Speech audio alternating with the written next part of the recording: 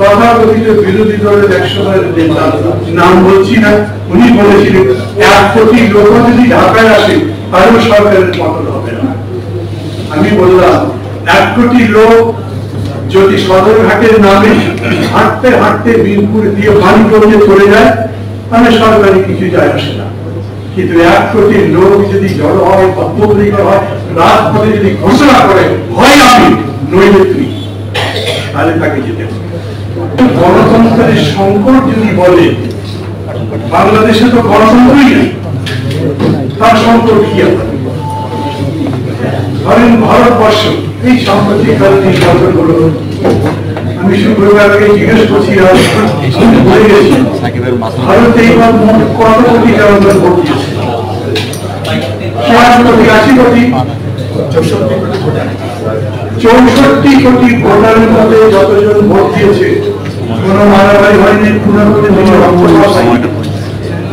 পৃথিবীর ইতিহাসে সর্ববৃহৎ গণতন্ত্রের দেশ। আমরা সবাই বলি ওই গণতন্ত্রের সংকট আছে, সবাই জানি কি কি সংকট, ওগুলো আলোচনা করা যেতে পারে। মিডিয়াকে পুরো দখল করে দিয়েছে, ক্ষমতা দখল করবার জন্য সব ধরনের বুজরুকি করা হয়েছে, ক্ষমতাকে চিরস্থায়ী করবার জন্য এমন এমন স্লোগান করা হয়েছে যা ভারত তথা আধুনিক গণতন্ত্রের নীতির বিপক্ষে যায়, ওগুলোকে আপনি গণতন্ত্রের সংকট করতে পারেন। কিন্তু বাংলাদেশে গণতন্ত্র কই? বাংলাদেশে তো কোনো নীতি কথাই নাই। সামগ্রিক ভাবে বাংলাদেশের সমাজের অর্থনীতিতে যে কোনো জায়গাতে যাই চলছে সেটা একটা নীতিহীনতা। এর উপরে বিস্তারিত আলোচনা আমি করবো না, যেহেতু সময় কম। সবাই বুঝেছেন এই সরকারের জন্য আমাদের এখান থেকে উত্তরণ করতে হবে। উত্তরণ মানে গণতন্ত্রকে উদ্ধার করতে হবে। কার থেকে? সিন্দাবাদের দৈত্যের কাছ থেকে। ও গণতন্ত্র দেবে না, যাই করতে চান দেবে না। এই দলটাই এমন তার প্রতিবাদ যদি দেখেন, তারাই প্রথম এই দেশে গণতন্ত্রের সবকিছু হত্যা করে এক দল শাসন প্রতিষ্ঠা করেছিল। সেই গণতন্ত্র উদ্ধার করবার জন্য এই জাতিকে কত বড় মূল্য দিতে হয়েছে আমরা সেটা ভুলে যাই।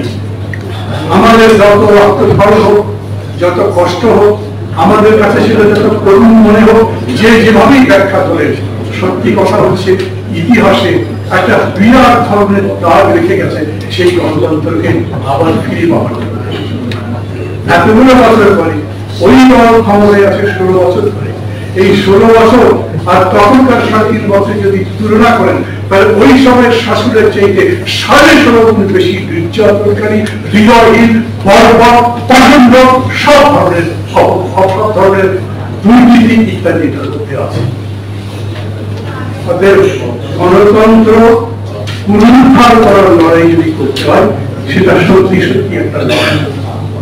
আমি মাঝে মাঝে বলি, ফ্রাঙ্কো তো 52 বছর ছিলেন, সুহার্তো বলেন, হোসনি মোবারক বলেন, এরা 32 বছর 30 বছর করেছিলেন। শেখ হাসিনার 16 বছর আছে। আগামী দিন কি হবে?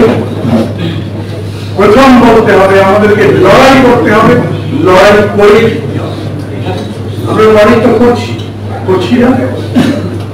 শুধুমাত্র সুইপারদের কথা বলেন কেন? বাংলাদেশের 95% মানুষ লড়াই করছে। সেই লড়াই জিতব কিভাবে? এই জেতাটা সত্যি ফিজিক্যালি আপনাকে জিততে হবে, সেইটা মনে করে পথে নামতে হবে। আমি কথা সংক্ষেপ করব।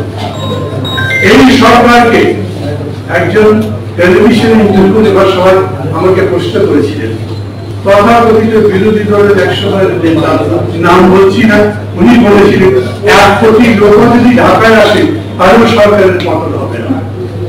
আমি বললাম 1 কোটি লোক যদি সদরঘাটের নামে হাঁটতে হাঁটতে বীরপুর দিয়ে মানিকগঞ্জে চলে যায় তাহলে সরকারি কিছু যায় আসে না, কিন্তু 1 কোটি লোক যদি জড়ো হয়, পদ্ধতিক হয়, রাজপথে যদি ঘোষণা করে হয় আমি নইলে তুই, তাহলে তাকে যেতে হবে।